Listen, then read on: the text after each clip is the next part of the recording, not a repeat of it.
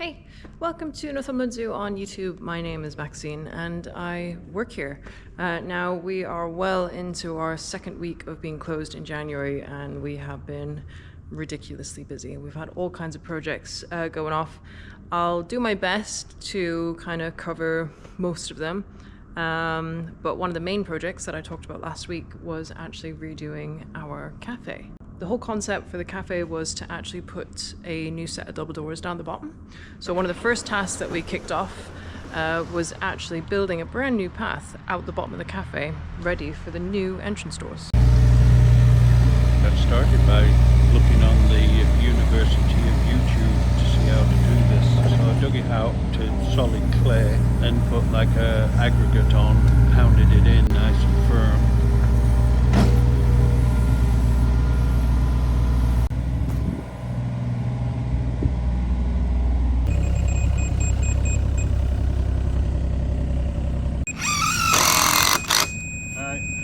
Then about 25 mil of coarse sand, and then screeded it out so it's nice and level, and then started laying the block on.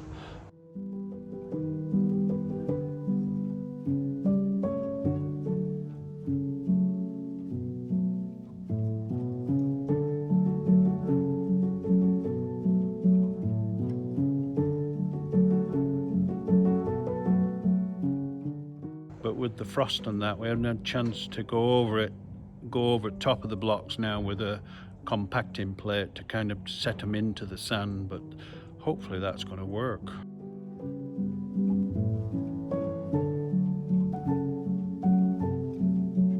Doesn't look too bad. I'm not pleased with all of it, but it looks good so far anyway. When we laid the second half of the bricks, the ground underneath was super frozen, so the bricks weren't actually settling. So it's only just defrosted a couple of days ago. So we need to pack sand in all of these and actually get the whacker plate on it so that we can level them all out, because you can see a few of them, since it's defrosted, have kind of come up a little bit. So basically these are going up to the new double door entrance doors, which is going to go here. So they're getting installed in a few days time. But of course the most exciting thing that's been happening in the cafe is the floor renovations, and like, wait until you see it in person. It looks so much better than what it did.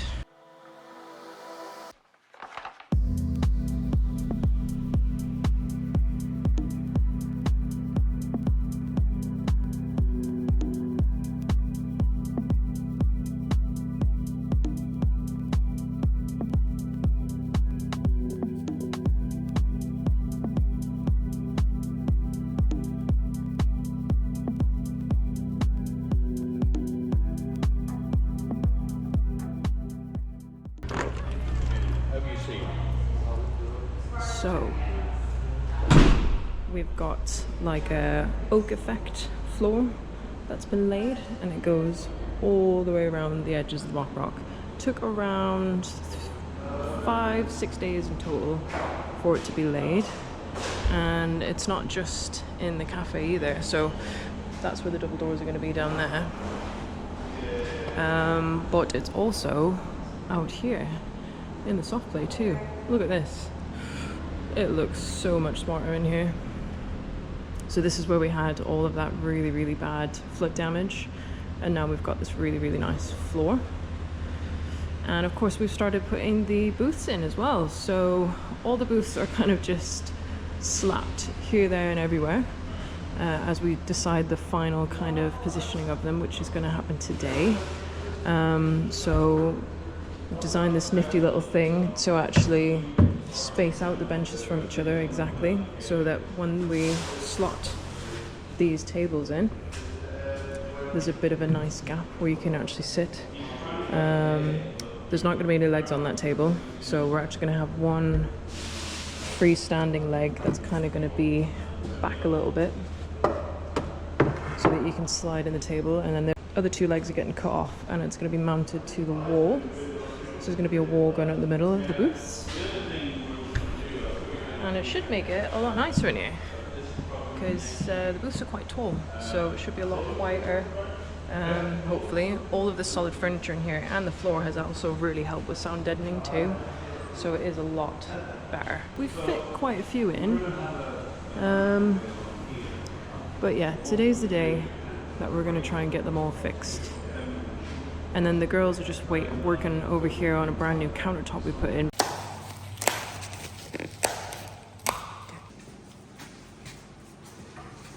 Because over there, that's where the condiments and like the little mini bin and the service and stuff's going to be. And there's going to be a little microwave as well, so that public can actually use a microwave for heating up baby food.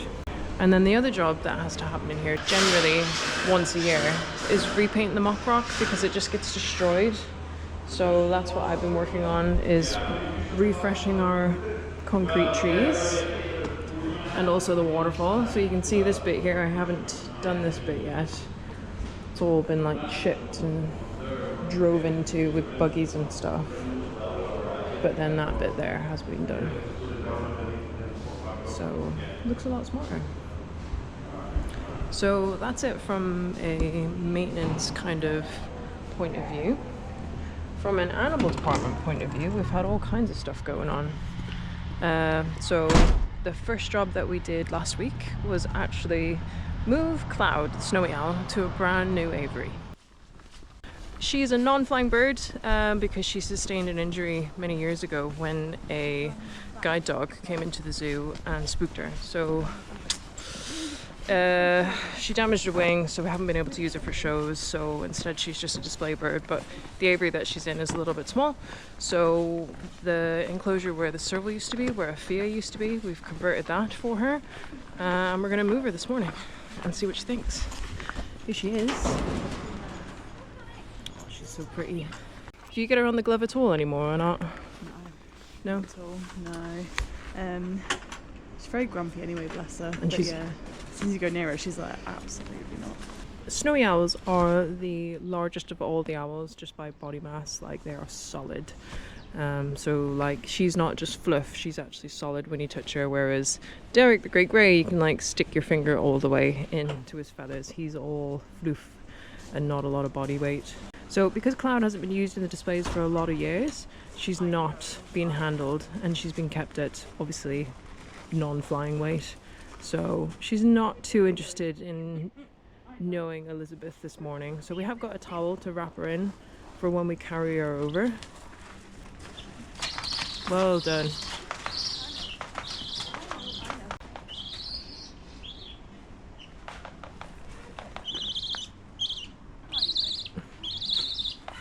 So the plan with this aviary is that on the other side of that wall is Winter, who is our male snowy owl, and he is actually flying still. We're going to knock a hole in this wall so that Winter can have both aviaries. We just need to do a little bit of work on these aviaries and spruce them up a little bit before we do that. Now that they've got Cloud cradled. Are you okay? Yeah, all good. Can't really see her. Oh, I can see a foot. Is it a foot or is it a wing? Yeah, we covered her head just so that she can't see what's going on.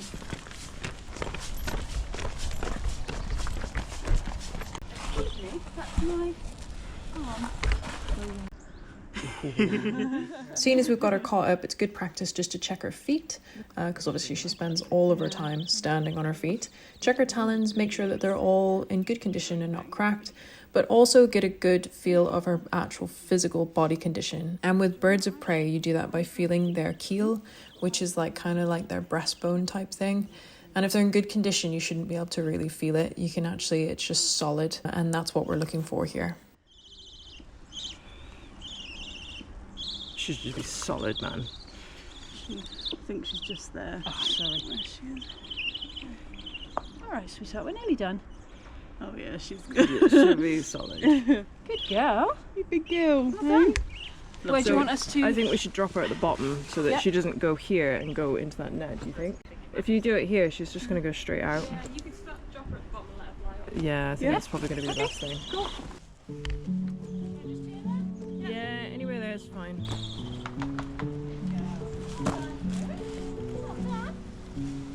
What's that? Looks so good, isn't it, Cloud? Tiny.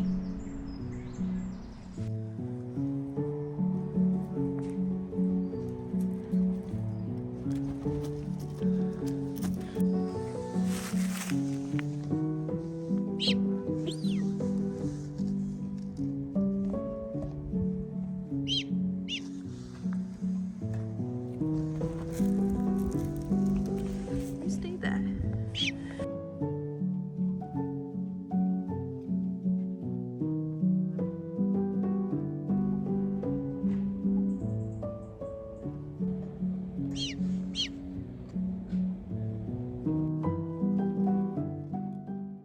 Anyways, I hope you enjoyed that update. It's all happening here. We look forward to welcoming you back to the zoo on the weekend of the 25th and 26th of January. Then we're closed for another 5 days and we open properly from the 1st of February. We've still got a lot more to do yet. We're all pretty tired, but we're really pleased with the progress. Thank you so much for tuning in. If you haven't done already, please do remember to like this video and subscribe to the zoo channel and support what we do here at the zoo. And we'll see you next week.